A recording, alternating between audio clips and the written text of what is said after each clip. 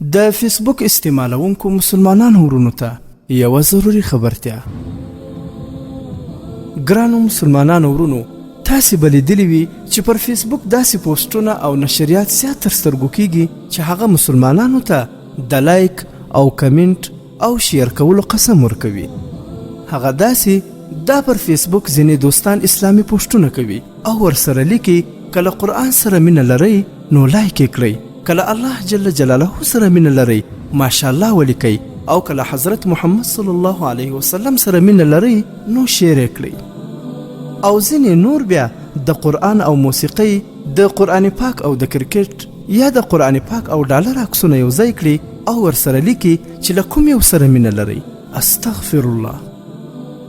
ځینې کسان خو لا دا هم ورسره لیکي چې زه په الله جل جلاله قسم کوم دا پوسټ به شیر کوم، او یا یې ورسره لیکلی وي چې ستا دې په خدای قسم وي که به دا پوسټ نه شیر کوي.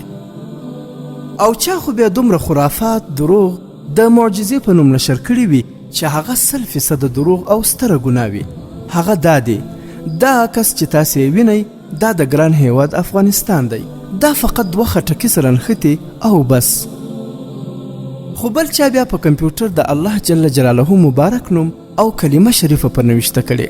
خلکو ته وایي چې تاسې وګورئ پر خټکي کلمه شریفه خپله نوشته شوې، او داسې نور په لسګونو عکسونه. او یا خو یې په کمپیوټر فوټوشاپ د ماشوم عکس داسې جوړ کړی وي چې د هغه سترګه یې په تندي کې ورسره راویستې وي او ورته یې لیکلي وي چې وګورئ دجال پیدا شوی. دا د الله جل جلاله په تخلیق یوه ستره ملنډه ده. او د دجال علامې چې نبي علیه الصلاة وسلام موږ ته راښودلي هغه داسې نه دي. تاسې کتابونه مطالعه کړئ. او یا خو یې د قرآن پاک یو آیات مبارک یا یوه دعا لیکلې وي او خلکو ته یې لیږي چې که دا پیغام د خپل نورو 10 یا 20 ملګرو سره شریک نه کړ نو 25 کاله به خوشحالي ونه ګورئ. نعوذ بالله. ګرانو مسلمانانو ورونو، دا یوه تیروتنه او تش خرافات دی. د الله جل جلاله د معجزې څخه انکار کول کفر دی. خو دا د کمپیوټر جوړ شوي عکس ته معجزه ویل نعوذ بالله خپل ایمان ته خطره ده. او دغسې د قرآن پاک د نورو شانو لکه موسیقۍ او ډالرو سره برابرول لویه خطرناکه ګناه ده.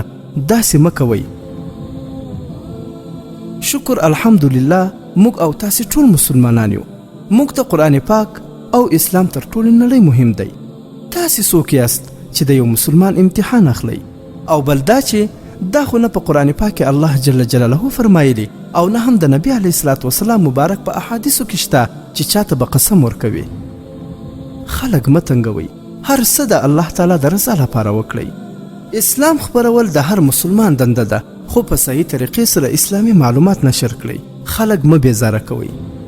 او بله ضروري خبره دا ده چې کله یو داسې عکس ووینئ چې کوم د اسلام دښمن قرآن پاک په اور سوځلی وي، هغه عکس ته خو مه لایک ورکوئ او مه هم کمنټ ورته کوئ. والله العظیم تاسې په خپل لاس د هغه کافر سره مرسته کوئ چا چې د الله تعالی دا مبارک کلام په اور سوځلی وي. الله جل جلاله دې موږ ټولو ته د نیکو هدایت وکړي. آمین یا رب العالمین. د حکایات مصنوي شریف فیسبوک پاڼې لخوا وړاندې کیږي.